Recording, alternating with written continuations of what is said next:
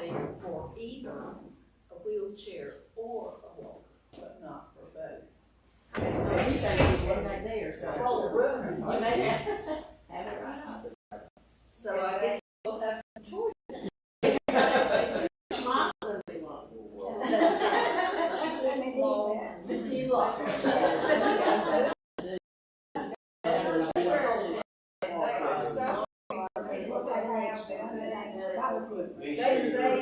They say all kinds of appliances that church come right in and take what you need, and then when Bob passed away, I took The wheelchair back there too. You know, it might be a good idea just to leave one at the church out available. Yeah. To get it out of the car. That's gonna be just the right height for her too. Yes. And the next thing is, she appreciates your visits, but right now, the center has decided that there can only be one visitor per room per day. And so Wiley has co-opted that for himself. Some people are so selfish. But she loves cards, and she has spoken so very highly of a lot of the cards that I wish Lucy was here, because Lucy's card really stuck out to her with the work that went into that. That's because she told her she had an albatross around her neck. That's another story, but good for her. So it is important that we let her know that she is missed and that we hope to have her back soon. But it will be a difficult, I'm sure, recovery for her, and it will limit Wiley and what he can do, and that will be hard too. So She's real determined, that's good. and I think she's gonna end up, I told Wiley yesterday, I think she's gonna end up stronger than she has been in a long time, because she's having to really push right now for the therapy, and as y'all know, she's just been more frail, and every Sunday we worried that she was gonna be able to get down the aisle. I think she's gonna come out of this stronger.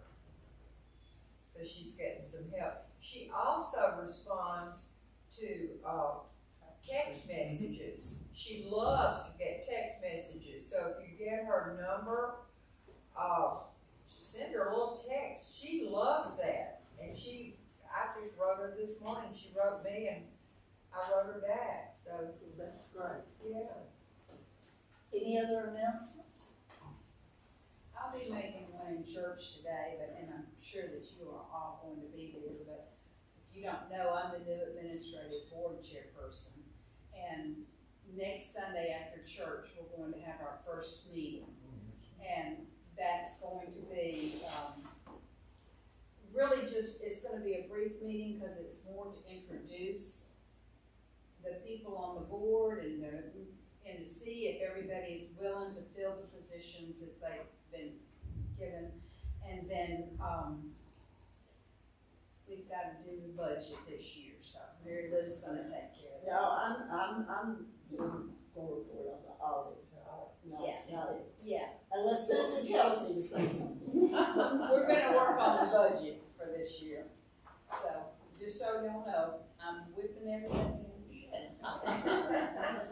I have a question that would lead to a quick announcement, but how many know the name Viola King Barnett?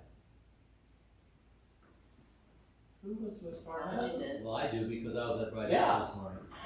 That's the only reason. She does. Who was it? Anyone want to share who Miss Barnett is?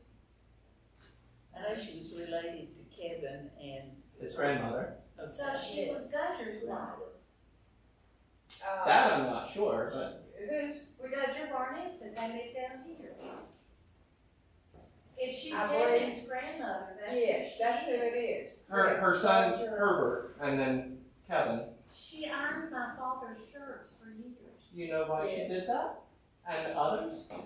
Well, mother could not please my father. Well, That's why she did. but she used that money to send her kids off to boarding school because I did not know that. up until the 1940s, African Americans only went through 8th grade at the Rosenwald Anderson School. I knew that. Charity And knows that. Miss Barnett wrote the state school board superintendent and inquired about a law that said that all kids up until the age 16 were required to go to school, and she asked why that did not apply to her children.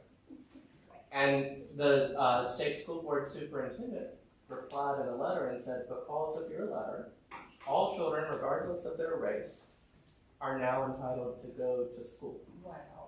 And get a secondary education, so they could go through grade 12. And she lived here in Marshall, Madison County, Across from And- the strip mall. and she now they ended up having to go to Asheville and were bused to Asheville, which is a totally different story. But she is among those who are buried in the Mount Olive Cemetery, which leads to the announcement about the soup dinner on Wednesday, takeout starting at 5 p.m.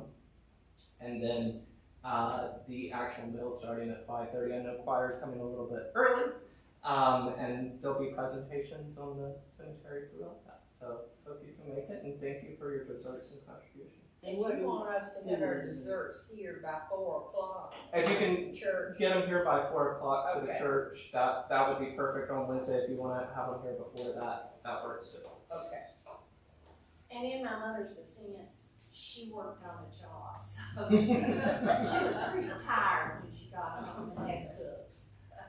But I always thought that was funny because she earned that. And all the Briscoe family, which is Charity's family, are buried in that cemetery. And many of them, I remember when the Mount Olive Choir, you remember, when the Mount Olive Choir used to come about once a year, and Manuel would sit back there and stomp that foot and get that beat going, and then, you remember that? No, I do not. Well, I guess Brady and Pat are the only ones that were here with me, but y'all remember. They would sit back here and Manuel would start that beat, you know, oh, it was wonderful. And this thing was particularly into what's today Sunday school, which is so strange.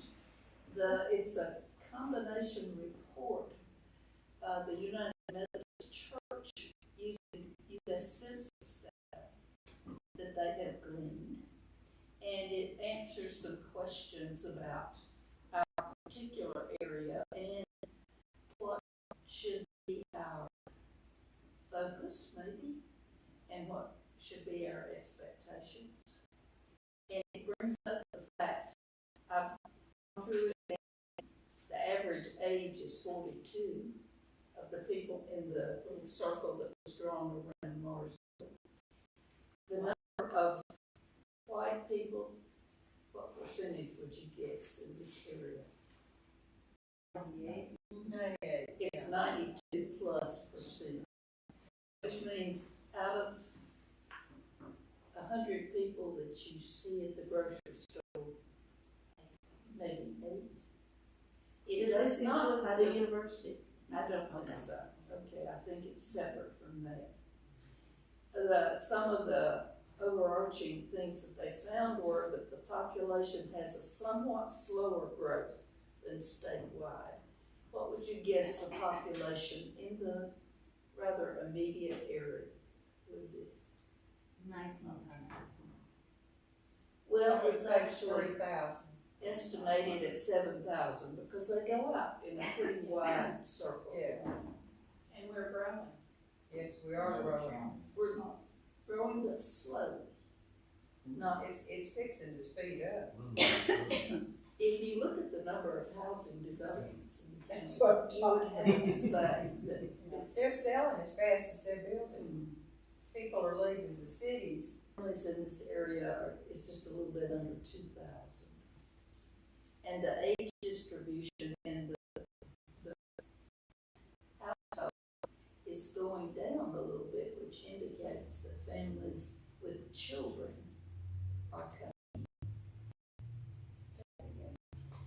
age distribution is, the household has 2.68 people. It's hard to get 6.8 of them. It means that the state has 2.5. So we're getting more children than they estimated from the, looking at the age distribution in the county.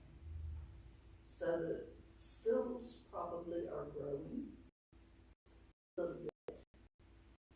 The income trends, what income would you say is the most common in the county? Right around that. It's in the range between 35 and 150,000. I would bet it's skewed down toward the maybe lower part of that. The divorce rate is greater than the state average. The education high school is going up. The jobs that they have, that we have here, are 60% white collar and 40% blue collar. To what would you attribute that? Universities. Yeah, and that's. But what I looked at primarily in this report that we were able to get from Heath in his capacity as a person who deals with the hierarchy of the Methodist Church, was some things about church and religion. And why don't more people come to church to join in, and why do people fade away? I have a question. Are they, is this across all, churches, or they just not United Yes, Methodist? it's wide ranging. So the reasons why people don't participate in a religious congregation, compared this time not to the state average but to the national average. These are the things. Well, tell me, what do you think would be the reasons that people would give for not joining in the church? Well, I think a lot of it is for kids, especially, is there's just not much in the churches anymore for children. You know, some churches have big bunches of children, but that's because they have, have a lot of activities going on. Because kids these days, if they don't have activities in the church or something, they won't come. Because they don't have this time. Demands of raising children is on the list. I don't think that's one of the reasons. I don't think so either, because I think in our church, when we have done, reporting and workshops on what can we offer, how can we get more people, we're willing to provide the activities and the education in Sunday school if we have families coming. We don't have families coming, you can't have somebody out there with activities, missing Sunday school and everything, just waiting, and the children aren't coming. So I just think in general, even children who grow up in a Christian environment where maybe when they were young, they went to church regularly, I think for the most part, those children are not exactly needing, or they don't feel that they need a church now, and therefore it's reflecting in the way they are rearing their children. But I would not have joined this church if there had not been a program for children when we moved here. And we had an active program. Yes, we did. And when people come with children, we are always scrambling. Right. We are not prepared. It's been so long since we even needed to scramble that I think we don't know how to go about that.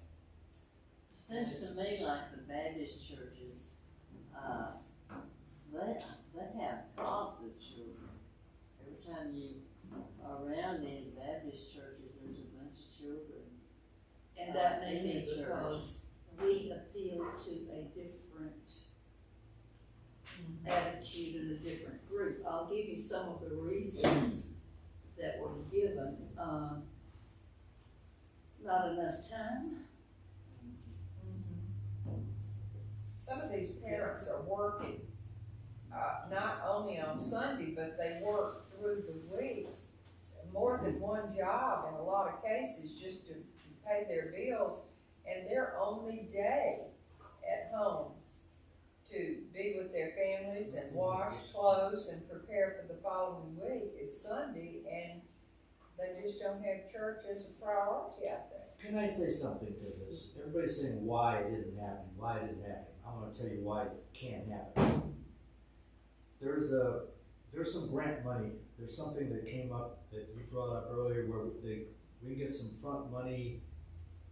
We get matching funds or something from either from the conference or something, where if we can show that this is on the back burner. I can't give you all the details yet because I haven't followed through on it, because it's been sitting in my mind for since that came up, that grant money. If we can get something through the college where we have one of the things that will attract families to a church is take care of my kids for a day. I want a break, okay? Where we can there's something through the maybe run something through the college where we can have some kind of child care thing, but they have a nursing program and it's caring and things like that, where you can get something, and we can have something set up in this church, whether kids come in that day or not, where somebody from the college, as part of that program, could be here. It would be possible, maybe some preliminary work needs to be done for the early childhood education majors to Exactly, and that's where we participate can do in that. some kind of a. Yeah, and I have to find out who I have to contact over there, but like I said, that's just, my head's flying. We have honor scholars who are helping with the preschool, and we've got preschool here, morning session, afternoon session, 5 days a week. The thing is, you make the point, we already have the facilities. Yeah. And now we have to set up the program. Well, there's a way where that can be done where we don't have to actually pay for the whole thing. It can be done, this will get around all of a sudden, and we have housing developments going up like crazy, the word will get around. Our church is Tupelo. But we have a year to get this set up. So I think is it in September we have to have it solidified for that grant money? There's something going on. Yeah, I can't remember. there are different. I mean, there are all kinds of grants and different deadlines, and it's a good call to action so JoAnn can continue, because there's some really interesting stats in this as well. I'll say, but there's I had a Mother's Day out at our Methodist Church in Tupelo, and that was what if you had little kids and you just needed a day to shop or sleep or something, you could bring them. And I mean, it was not, you didn't have to be enrolled every day, but it was available. And I think for a half a day, 3 days a week or something like that. And I think that's something like what you're I talking don't about. see how we can do that. Well, let me make a point, excuse me. We had to have a nursery at St. Mark before I moved up here. And for y'all's information, if you do that, if you go that route, it has to be cleared through the SPRC. They have to write a, job description and go through all the hiring. There are certain things that you have to have in place. So it's not just to walk over there and hire somebody to come over here. There's a little bit more to it, and There's a lot to it. I'm just saying, I just want to let everybody else know about this idea, that's all. We're using our space that we would use for children. We don't have any additional space to be taking on Their Saturday morning. kids. a great conversation for Tuesday's missionary outreach meeting for those who are interested. Moving right along. The other thing is that they say, people who do not go to church say, is that they do not feel a good thing in the area. That may be because they are looking for a particular type of church. I think our image in the Shasta and I went to Wild Violet to eat after the thing yesterday, and one of the ladies from the Episcopal Church was there, and she sat with us. And she said they moved here about 16 years ago, 15 or 16. And they came here for a while, but she said it was just, it looked like the congregation was dwindling or something. And she and her husband made the decision to start going to the Episcopal Church. So we have an image that may or may not be accurate, but we might need to think about what we could do to maybe change that. The reasons, the personal reasons were interesting to me. It's in our area, I will make sure I get this correct. In our area, people who say they don't believe in God are between 25 and 30%. And that is lower than the state average. Some of them are very unsure about their personal beliefs. That goes up to 30%. And this one really got me. It wasn't relevant to my life. It is about 45%. So that's an interesting thing to look at. Well, the thing about it, with keeping the list that that I keep, we've got all these people that have been here in the past, and most of them, I go, one that says, other than attending our church in 2022, well, these people attended that church in 2022, but they don't come back anymore, so why? If they can contact you and told, we missed That's all. And that's the question. And that's the category that they call for non-participation. They quit coming. And that,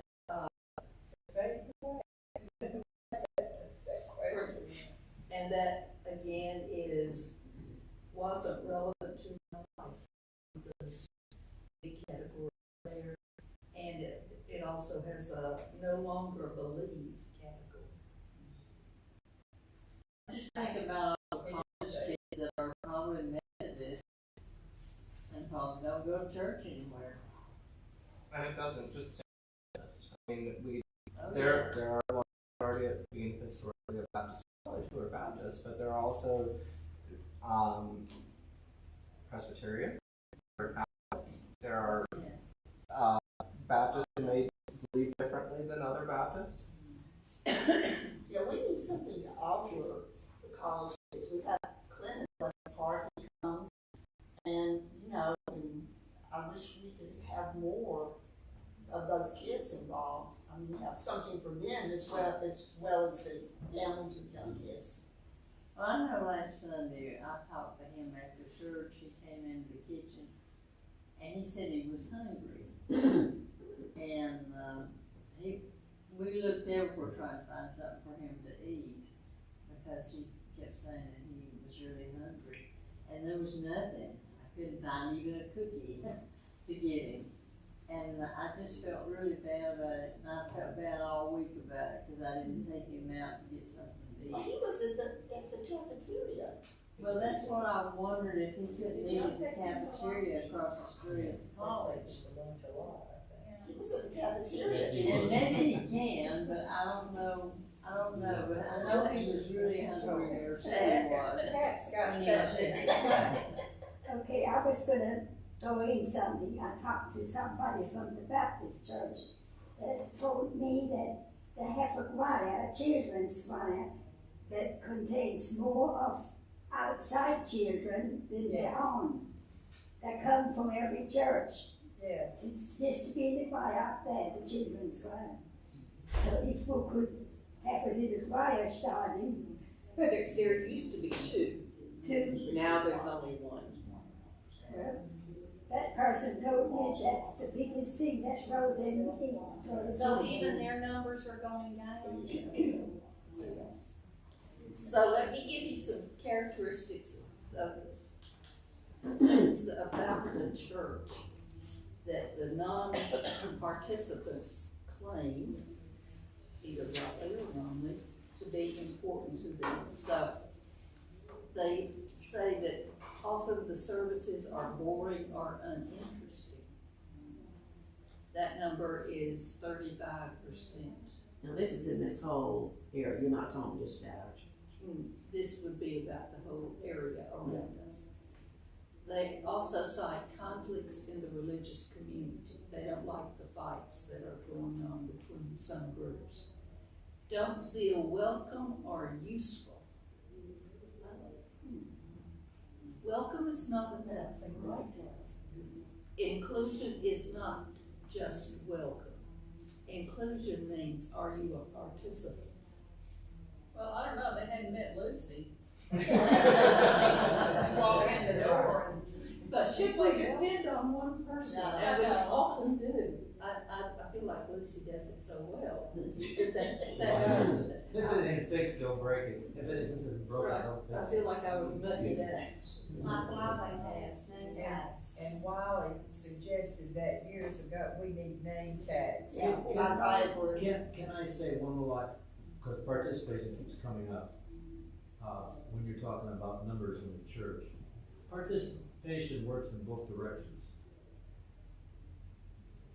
In other words, it's not that, oh, I can't find something to do in this church. It's, did somebody ask them, would you, to get them, you know, if they're not involved because nobody's made that's why I'm always thinking about the new people that come in, and I'm, you know, like, oh, they'd be good to do this, and I think, well, I gotta wait till September or whatever, but everybody should know about this.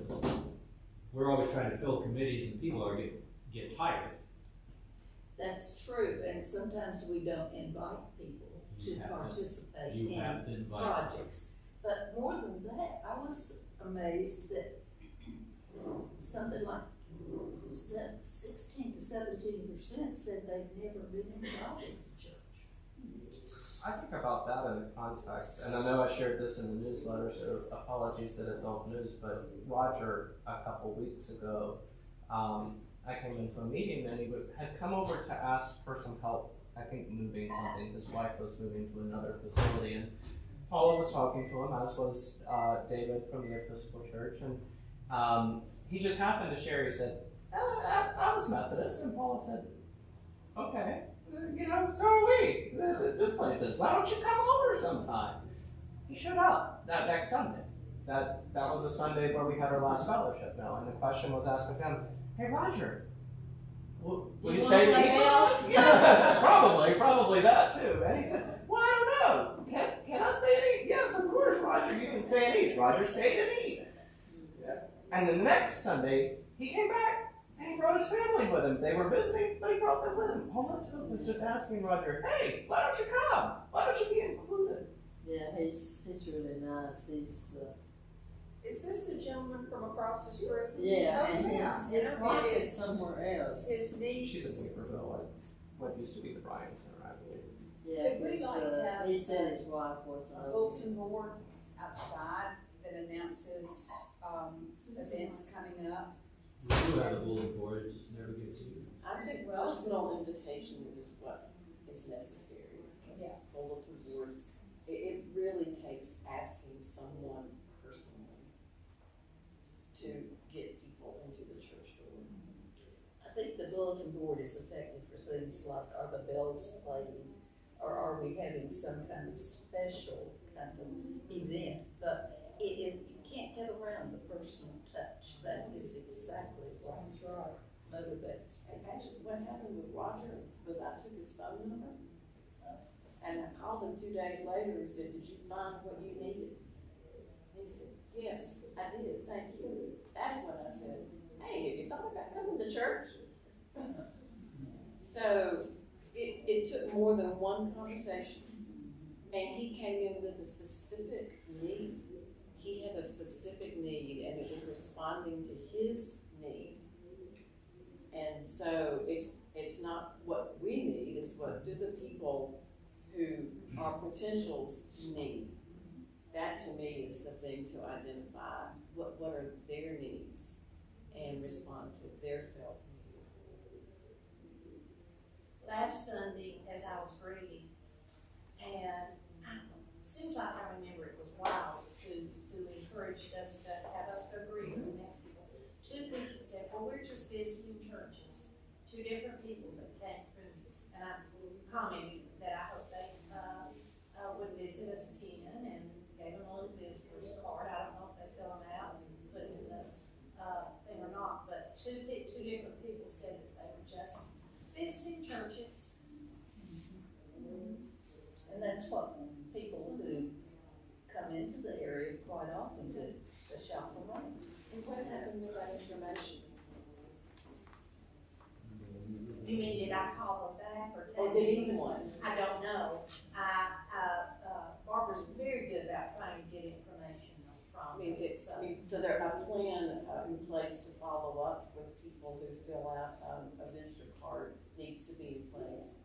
Not with me per se. But it's just a plan, yeah. But it is hard to get information from people It is, sometimes. you know, just like Roger, it Even was their- last week that I finally figured out what his last name was. Because every time I'd ask him, he'd say, what do you want my last name for? And I kept saying, well, I want to add it to my list. And he was like, well, he said, think about a bargain. And I said, okay. And so that's his last name, is Bargainier. Yeah. But he finally told me that day that his family came, because otherwise, I don't think he would have told me, because they were with him, and he was.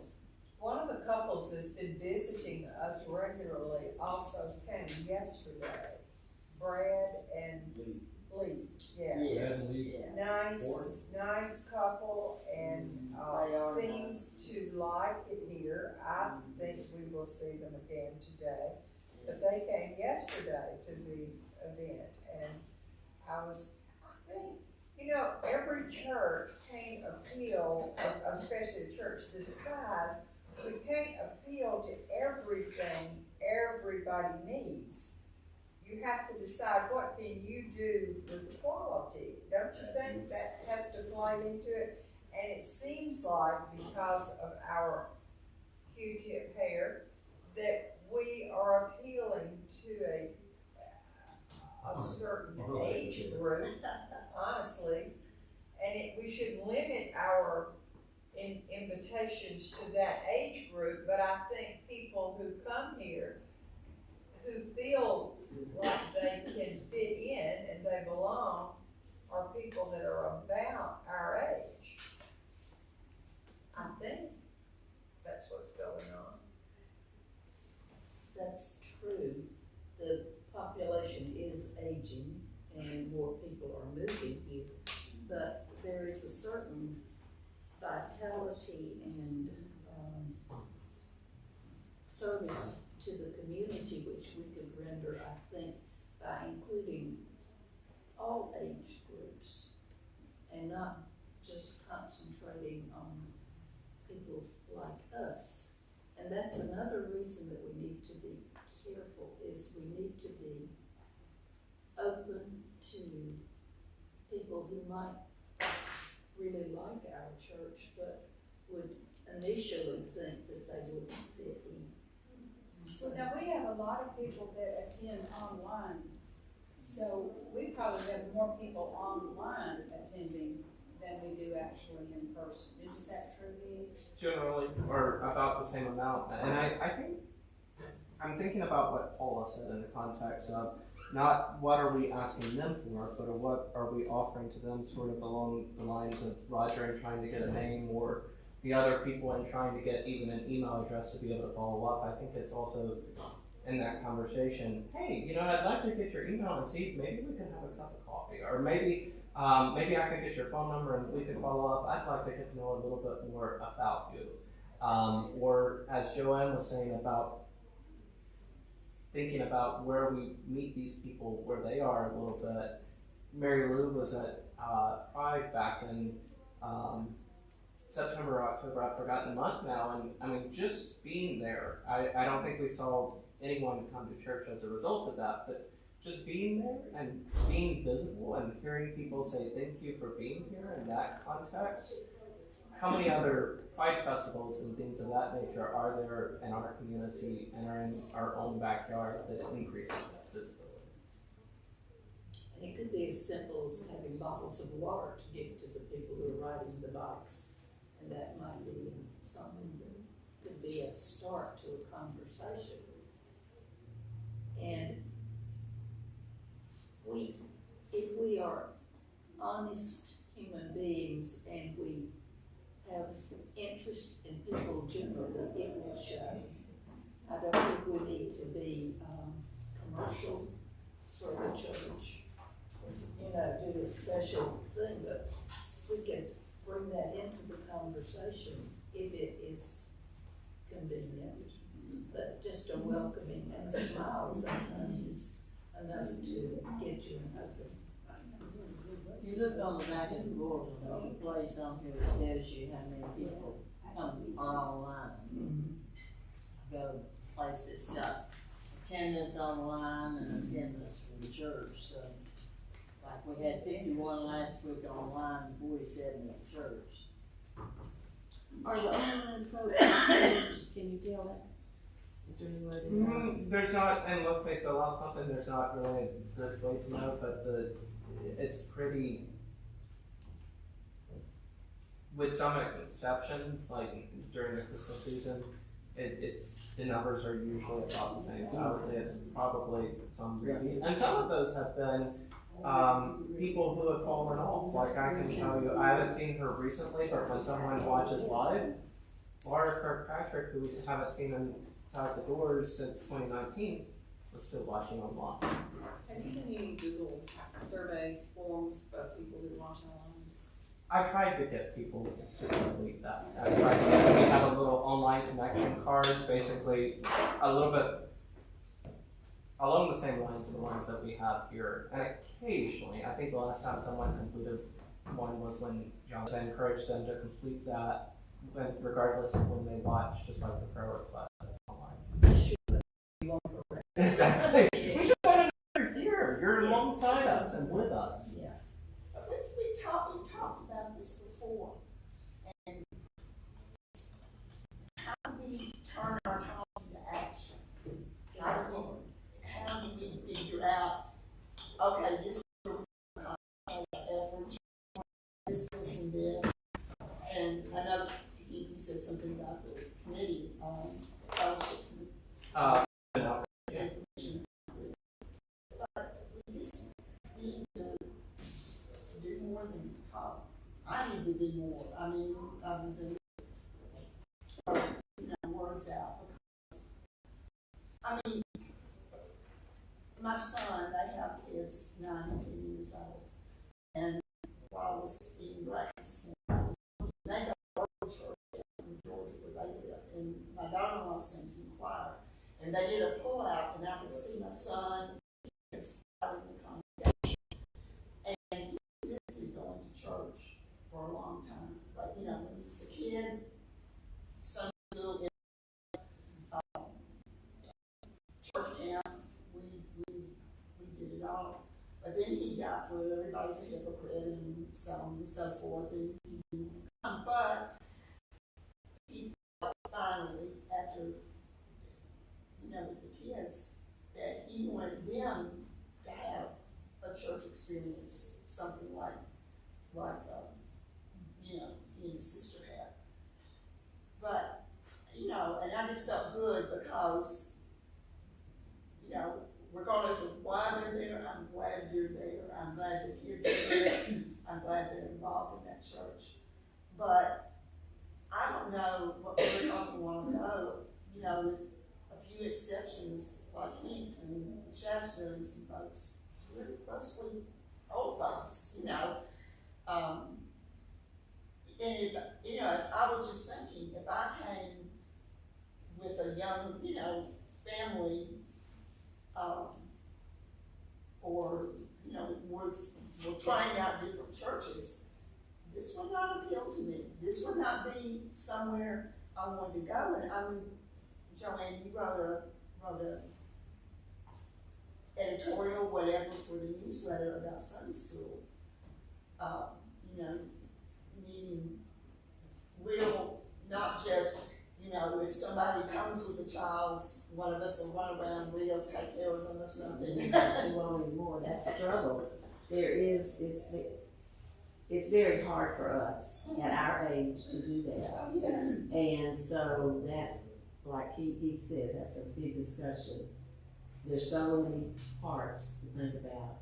Do we want to concentrate on getting young families here with young kids, or just watching for the needs of others?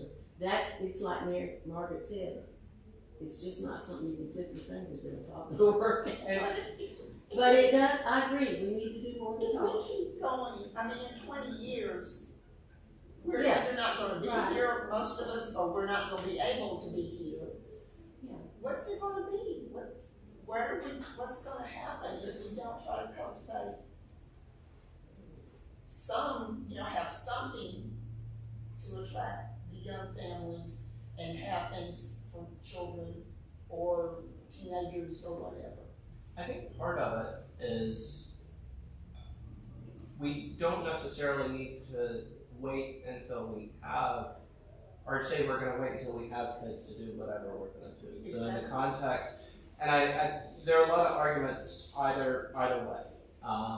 I've seen good and bad in terms of, I forget what it's called, there's a specific term for it, but it's an inclusive church. This idea that do you take the young kids out and take them over to a special children's church and have that? Or do we simply just have coloring pages or puzzles or something that they can take to the pew and keep them occupied in the pew?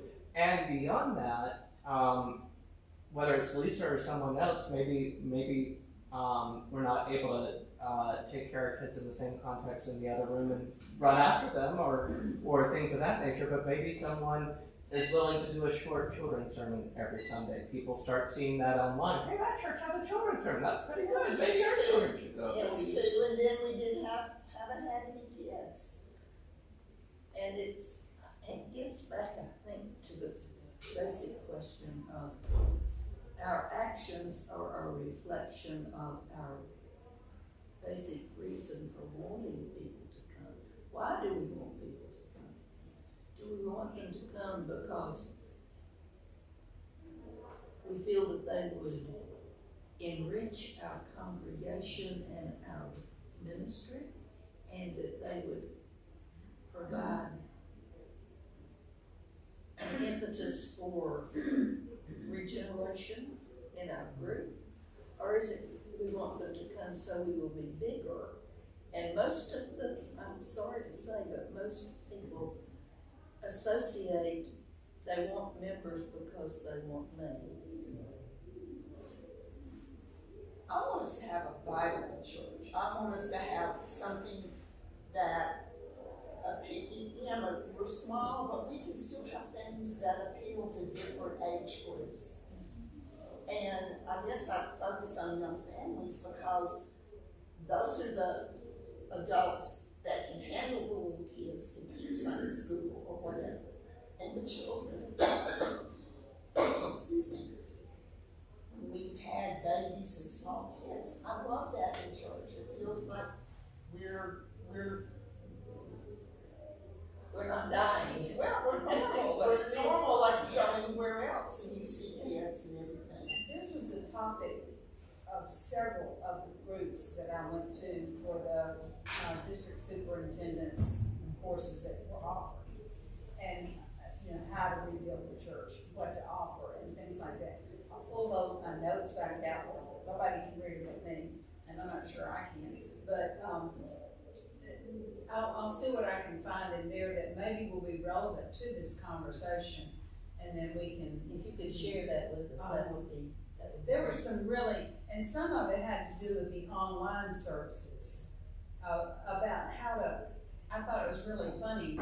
He talked about Mr. Rogers. Whenever you watched Mr. Rogers, one of the neatest things about Mr. Rogers is you felt like he was talking to you.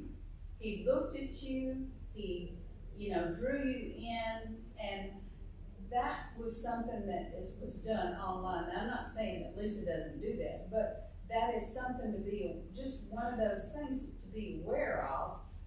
And also to, your conversation needs to be inclusive.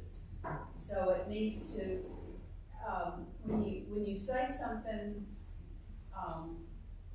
in announcements or talking, you not only talk to the people that are there, but you talk directly to, your language is another thing that you can use to make the people feel included in the conversation. So I'll I could go on with that, but I'll pull that back out and we can look at some of those topics that were done. Unfortunately, I was supposed to get some of those PowerPoints and further information from the speakers, but I didn't get a lot of it. It didn't, and it took like a week for me to get the one about the single governance, which I was really interested in, but that's a type of reorganization in the church that can be done with fewer people. That might be actively. It's something that I think we really need to look at and consider, but we'll bring that up in administrative board.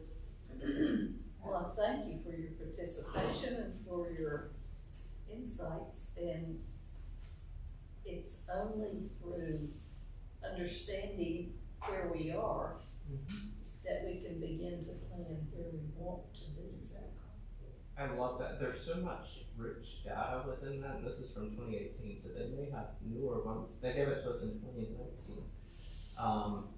That's a place, in my mind, that's the place to start, like exploring the most people, where are the most people who aren't going to church and why, and how are we true to that reason?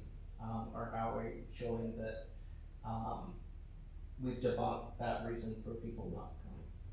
And if people, as a resource. yes, and if people are not coming because they're uncertain about whether they believe in God, it might be a place to have a class of exploring and looking at, not being afraid to consider some hostile or dangerous attitudes. There's a really popular book right now. It's called "What Is the Least I Can Believe and Still Be a Christian?"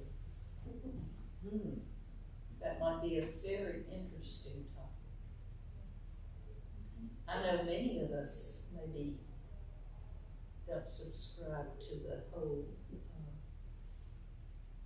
process that has come down through the ages. I grew up in a Baptist church, and we had very limited and clearly defined what you were supposed to believe.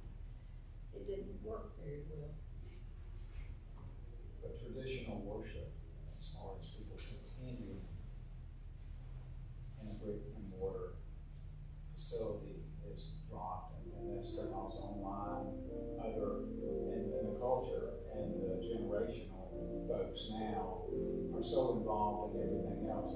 It didn't take long after we moved here that all these life services disappeared. Those kids are involved in things at night, and parents have to go to places. Sundays at rest, or they're doing, a lot of them are doing like travel soccer on Sunday mornings, and they're gone.